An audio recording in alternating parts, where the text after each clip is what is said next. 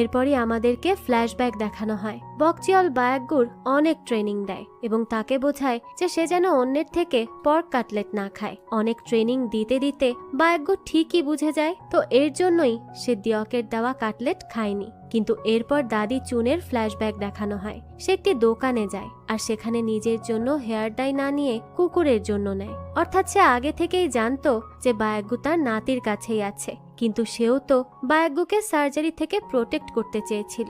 আর সে এটাও চেয়েছিল যেন বায়াগ্গুর ইনভলভমেন্ট ছাড়াই ইয়ামের প্রবলেমও সলভ হয়ে যায়। তো আসল মাস্টার মাইন্ড তো সেই ছিল। তো এই দৃশ্যের সাথেই এই মজার গল্পটা এখানেই শেষ হয়। তো এই গল্পটা আপনাদের কাছে কেমন লেগেছে সেটা অবশ্যই আমাদেরকে কমেন্ট করে জানাবেন। যদি এতটুকু ভালো লেগে থাকে তাহলে একটি লাইক দিয়ে যাবেন। আর হ্যাঁ, আমাদের এই চ্যানেলে কিন্তু প্রতিনিয়তই নতুন নতুন ভিডিও আপলোড করা হয়। সেই সব ভিডিওর আপডেট পেতে আমাদের চ্যানেলটিকে সাবস্ক্রাইব করে বেল আইকনে